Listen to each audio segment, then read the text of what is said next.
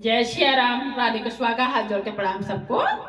मैं आ गई आपके सामने सुंदरकांड लेके, जिसमें के हम एक एक शब्द का अर्थ सुन रहे हैं। सुंदरकांड के सुनने से भगवान हमारे कष्ट दूर तो करते ही हैं, आनंद आता है हमें सुनने में। ऐसा ही भगवान हमारे ऊपर करें कि हमारे कष्ट दूर कर दें। जय श्री राम। हम आ गए थे 26 दोहे पर।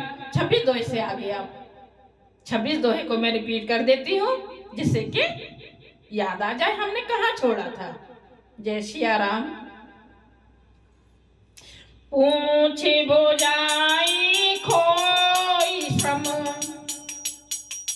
धरि लग रूप बहोर, जनक सुता के आगे ठाण भयो कर जोर।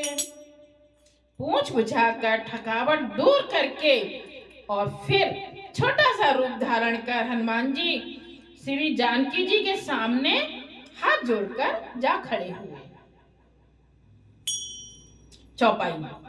मात मोहिनी जैत छुचीना, जैसे रघुनायक मोहि दीना, चूड़ामण उतार तब दयाऊ, हर्ष समेत पवन सुत लयऊ। हनुमान जी ने कहा, हे माता, मुझे कोई चिन्ह पहचान दीजिए, जैसे श्री रघुनाथ जी ने मुझे दिया था। तब सीता जी ने चूड़ामणि उतार दी और हनुमान जी ने उसको हर्षपूर्वक ले लिया, मतलब कि खुश होकर ले लिया।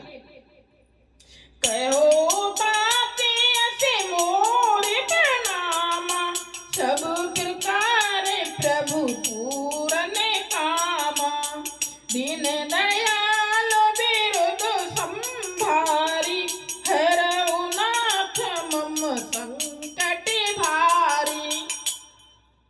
जानकी जी ने कहा, हे तात, मेरा प्रणाम निवेदन करना और इस प्रकार कहना, हे प्रभु, यदि भी आप सब प्रकार से पूर्ण काम हैं, आपको किसी प्रकार की कामना नहीं है, तथापि दोनों दुखियों पर दया करना आपका विरध है और मैं दीन हूँ, अतः उस विरध को याद करके हे नाथ मेरे भारी संकट को दूर कीजिए। जय श्री राम। तात शक्र सुत कथा सुनाए, उबान प्रताप प्रभु समझायो, मास दिवस महुनाथ न आवा, तो पुण्य मोह जियत नहीं पावा। हे तात, इंद्रपुत्र जयंती की कथा घटना सुनाना और प्रभु को उनके बाण का प्रताप समझाना, स्मरण कराना, यदि महीने भर में नाथ ना आए तो फिर मुझे जीती ना पावेंगे। कहो कपि की विधि राखो प्राणा, तुम हुतात कहते अब जाना, तोय देखे शीतल भई छाती, उन्हीं मोह कहूँ सोई दिन सो राती। हे हनुमान, कहो मैं किस प्रकार प्राण रखूं। हे तात, तुम भी अब जाने को कह रहे हो, तुमको देखकर छाती ठंडी हुई थी, फिर मुझे वही दिन और वही रात, मतलब आपको देख के कुछ मतलब तसल्ली मिली। अब आप जा रहे हो तो मेरे लिए तो वही दिन और मेरी वही रात है। जनक सुतई समझाई कर, बहुविधि धीरज दीन, चरण कमल सिरुनाई, कपि गवन राम पहि कीन।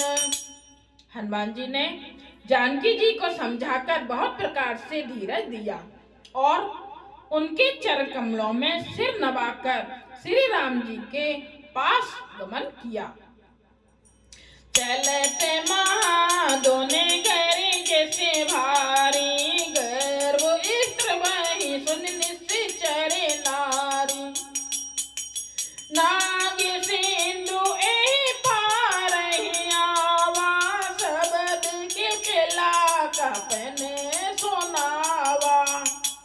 चलते समय उन्होंने महाधुनी से भारी गर्जन किया, जिसे सुनकर राक्षसों की स्त्रियां गर्भ गिरने लगी। जो गर्भवती थी उस आवाज को सुनकर राक्षसनियों की गर्भ गिरने लगे और समुद्र लहंकर वे इस बार आए। उन्होंने बांदरों को किलकिला शब्द हर्षध्वनि सुनाया।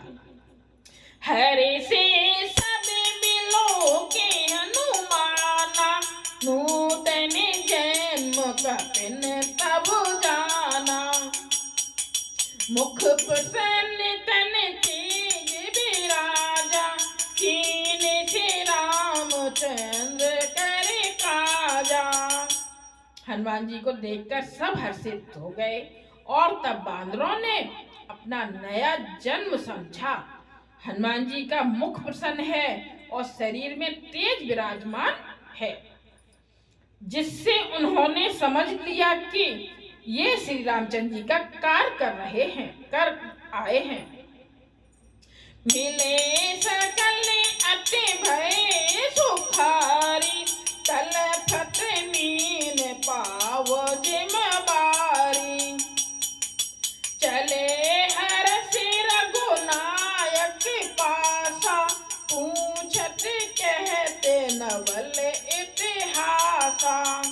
सब हनुमान जी से मिले और बहुत ही सुखी हुए, जैसे तड़पती हुई मछली को जल मिल गया हो।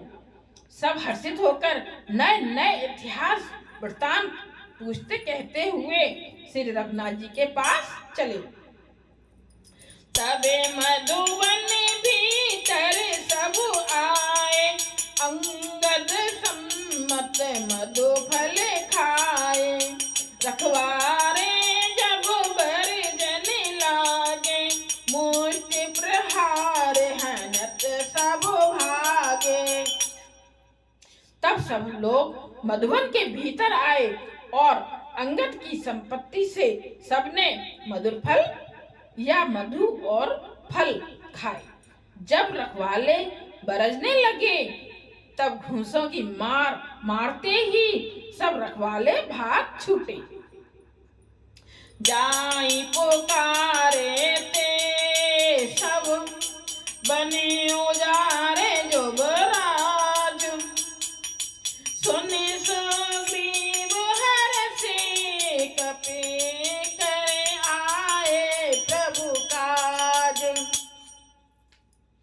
उन सब ने जाकर पुकारा कि युवराज अंगद वन उजाड़ रहे हैं। यह सुनकर सुग्रीव हर्षित हुए कि बानर प्रभु का कार्य कर आए हैं। जय सिया राम।